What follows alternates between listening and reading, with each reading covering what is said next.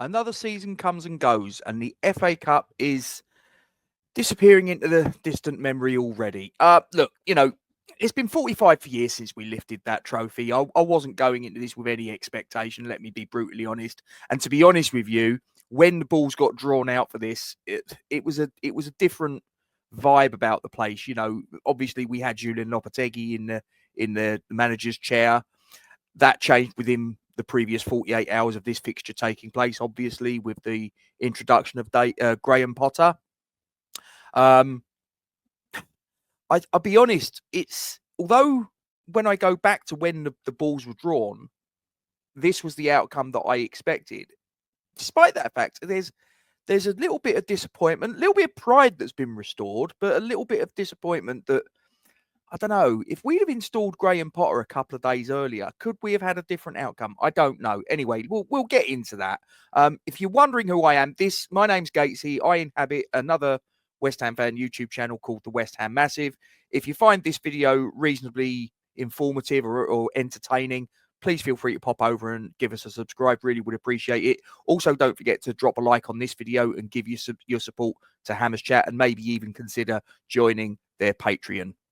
Look, we started the game brightly. But if I just sort of like wind back from sort of like the game itself, Graham Potter had one training session, only the one. Now, so I suspect that a lot of the groundwork, a lot of the tactical setup, a lot of the team selection, squad selection was probably already put in place by Julian Lopetegui, and probably Graham Potter, I suspect, probably didn't want to upset the apple cart too much, straight out of the gate.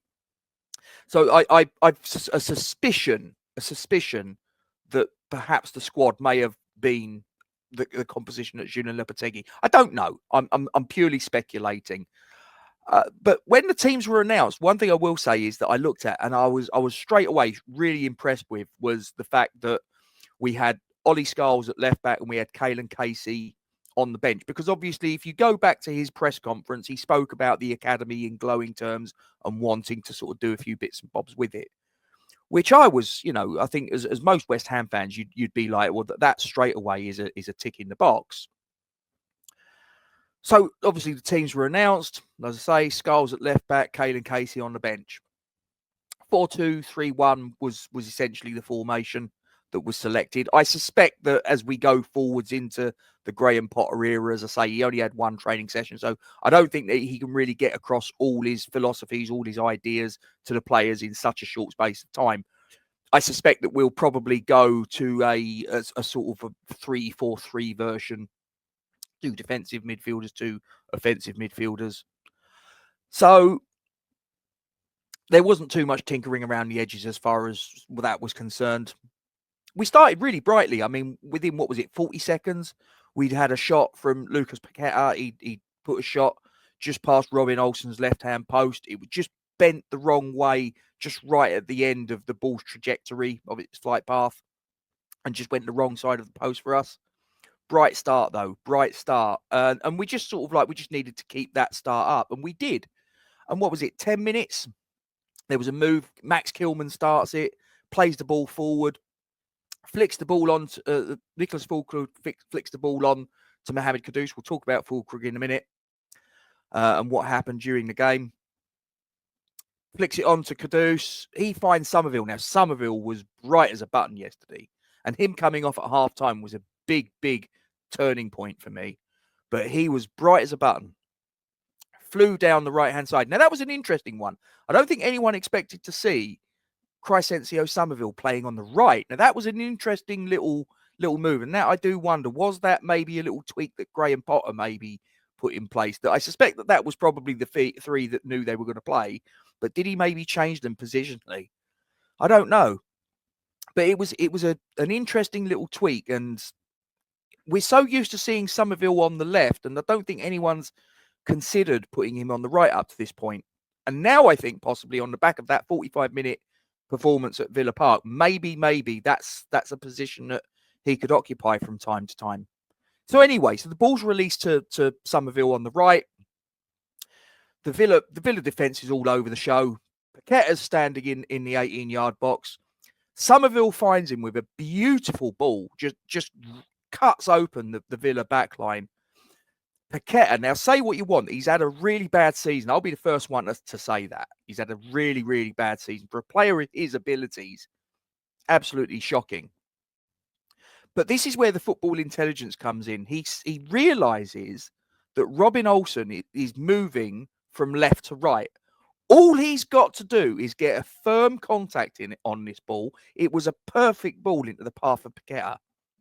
Get a firm contact, get that on target, and put the ball where Robin Olsen is coming from. He is not going to get that. And he got the perfect contact on its side foot, left foot, into Robin Olsen's bottom left-hand corner with him moving to the right. Done him. Completely done him. 10 minutes. West Ham, 1-0 up. Aston Villa in their 150th anniversary. That was why they was wearing that black kit. That was the kit that they had when they first were created as a club. And they were sort of commemorating that. We're 1-0 up. Wow. Incredible. Champions League, Aston Villa at Villa Park on their 150th anniversary, a 1-0 down to a struggling West Ham United. Brilliant. And do you know what? We didn't do what I think we would have done under Julen Lopetegui and retract into our shell a little bit. We kept going. We kept going. In that first half, we stood toe-to-toe with a Champions League team. And not just a Champions League team, but a team that are in the Champions League and look like they're going to go into the round of 16, no problem at all. So they're not making up the numbers. They're one of Europe's elite clubs. Let's not kid ourselves. Aston Villa are a huge, huge club. They've been there, seen it, done it, got the T-shirt. They've had lean times like us, but they're a top team. And as I say, we went toe-to-toe with them. Make no mistake about that. We gave them enough problems to deal with. But there was two things that happened in the first half where I believe the tide turned against us. There was a couple of other things, and we will come on to that. But the first one, Nicholas Fulkrug, I genuinely feel sorry for this guy. I really genuinely do. I know some people will give him a bit of stick and all the rest of it. Yeah, and you could turn around and say, did he warm up properly? I don't know, but you know, you got a feel for the guy. He's running, and then all of a sudden you see him pull up. He clutches his hamstring, and you know he's done. He's done. He goes to the floor. He's making that signal, you know, I've got to come off. I'd say that's probably him out for 6 weeks minimum. And given what happened with his Achilles, I suspect that he's not really the quickest of healers. So that's probably a conservative estimate. If it's really bad, we might not see him towards the back end of the season. I don't know how that's going to pan out. I hope I'm wrong, but it just didn't. It looked straight away like he'd been shot in the back of his leg. That's not good. That's going to be a bad one. So he comes off. Danny Ings comes on. What's that? 15 minutes there or thereabouts. Danny Ings was introduced. And as I say, half-time, Crescencio Summerville. In the first half, he pulled up, and it wasn't too sure whether he had some sort of hamstring problem as well. I'm keeping my fingers crossed that his withdrawal in half-time for Vladimir Kufal, with obviously Wan-Bissaka moving further forwards to replace positionally Crescencio Summerville. But we just lost something there. You know, the attacking thrust down that right-hand side. Wan-Bissaka did his best, but obviously Crescencio Summerville, for me, made such inroads in, you know, he had their left back on toast. He really did. Second half, though, they started to come into it. We were still, you know, we were still doing good things, but you sensed that around about the hour mark, Villa just started to exert themselves and started to turn the tide.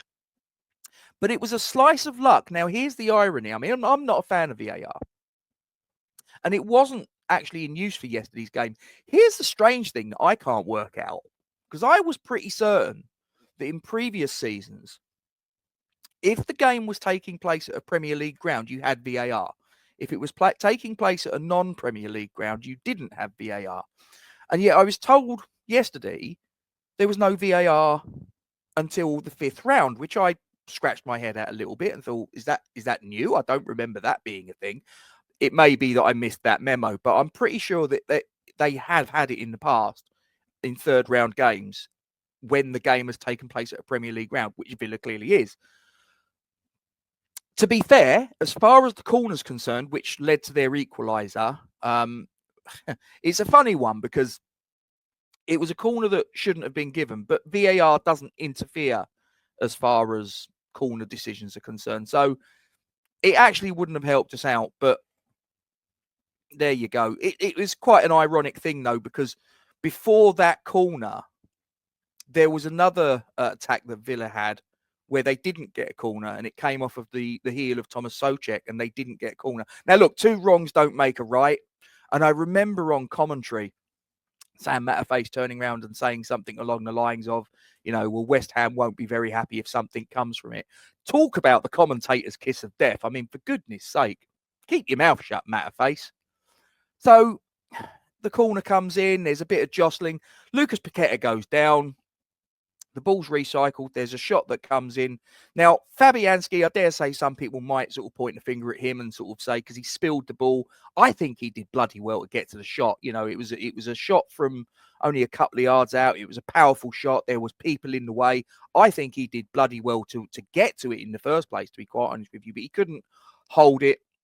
And Amadou Onana just sort of slams it past him for the equaliser. The atmosphere at Villa Park was sensational, I will say that. And 6,000 West Ham fans there that made the journey. Freezing cold weather. My hat's off to you. If I had a hat, it would be off. Okay. But that really sort of like brought the Villa fans to the fore. The West Ham fans up to that point, from what I could see or hear on the telly, were really sort of like making their presence felt. But that equaliser just started to turn things in terms of the atmosphere, I felt. And that was a big, big help to Aston Villa. That was what, minute 71? And then 4 minutes later, I think it was, they had an attack, which Morgan Rogers slams the ball past Lucas Fabianski to make it 2-1. He's a bright player, that Morgan Rogers, I've got to say. Was it £9 million they got him from Middlesbrough, rising to 15, I believe it is. Mate, that is a bargain. Absolute bargain. Come from City. They just seem to produce players. You look at players like, players that haven't made it at City and have gone on elsewhere and done really good things, had a good career, going back a few years, like Cole Palmer, like Jadon Sancho. And this is another one, Morgan Rogers. Yeah, really good player. Like I say, 9 to 15 million quid, depending upon clauses. Absolute bargain. But, even at 2-1 down, we didn't stop. And I do think there was an effervescence. There was a togetherness about what I saw, which I don't believe if Julen Lopetegui had still been in charge, we'd have had. We had a go. We stood up to be counted against, like I say, one of Europe's premier teams. Away from home, in a bad sort of form and all the rest of it, and bad headspace. And yet Graham Potter in 48 hours has come in, had one training session, had obviously a little bit of time to have sort of little pep talks with players individually and as a collective, I'm sure. But I think, although we've gone down to Villa, I do think that there was definitely I believe, a change in emphasis, a change in, and we will see more alterations as we go forwards. But dying embers of the game, let's just talk about it. We did have an opportunity to get an equaliser. Danny Ings, my word. He'd been on the pitch for what, 75 minutes up to this point, fully at match pace, all the rest of it. Put it high into the stands, and that was the cup gone. It's like I say, 45 years it's been. I did sit there and I thought to myself, because someone turned around and said, the last time we played Aston Villa in an FA Cup run was 1980. And I thought to myself, oh, is that a lucky omen? It wasn't to be. But look, really pleased with what I saw yesterday by and large. Oliver Scholes getting man of the match for the ITV commentary team. I thought he looked really good. And I wouldn't be pulling him out of the first 11. I got to say, I'd keep him in because his confidence is going to be sky high, and you want to keep that going. Keep him in the first team. Give him. You say to him, the shirt's yours. You've earned it. Someone's going to have to rip it off your back now, so you've got to make sure that doesn't happen. So Graham Potter is come in. He does appear to have had an impact for me. I do think that he's got a few little bits and pieces over to his troops. I think we're going to see some more changes going forwards. I do think we're going to go to 3 at the back at some point. It may not happen instantly because I'm not entirely convinced whether we've got the personnel there to do it. But I think that in time he will want to go to that formation. But this has been, although a defeat, optimism been restored to the West Ham rank and file. I think that the 6,000 fans that came back, whilst we've come back with a defeat, which, like I say, when the balls came out, we probably resigned ourselves to. But with the change in situation, we probably said to ourselves, now, wait a minute. Let's not be so hasty here. And especially at 1-0 up. Gave us a little bit of hope. But I think Graham Potter, I like what he said in the press conference. I like the fact that he mentioned the academy. I like the fact that he started Ollie Scholes and had Casey on the bench. Bright start. If a defeat, but we've gone down fighting, and that's all we want as West Ham fans. We want hard work and endeavour, a little bit of footballing intelligence, and all the rest of it. I think we got a good start. I think we got a good start there. Fulham will be interesting. He's got more time on the training pitch with the players. So be interesting to see what he can conjure up. But I think we go into that Fulham game. I think if we'd have gone in with Julian Lopetegui and we'd have gone out of the cup, I think we'd have been going into that with our tail between our legs and feeling quite sorry for ourselves. I'm not so sure that happens now. I think we go into that Fulham game with a great deal of confidence, with a bit of a spring in our step, despite the defeat. And I think that we're looking, hopefully, I'm saying this touching wood, I think we're going to be starting to claw our way up the Premier League table before we're very much older. Anyway, as I say, guys, thanks for listening to me. If you found me reasonably entertaining or informative, please feel free to pop over to the West Ham Massive YouTube channel. Give us a subscribe. Please don't forget to drop a like on this stream. Give Hammers Chat a subscribe if you haven't already, and maybe even consider becoming a Patreon. Come on, you Irons!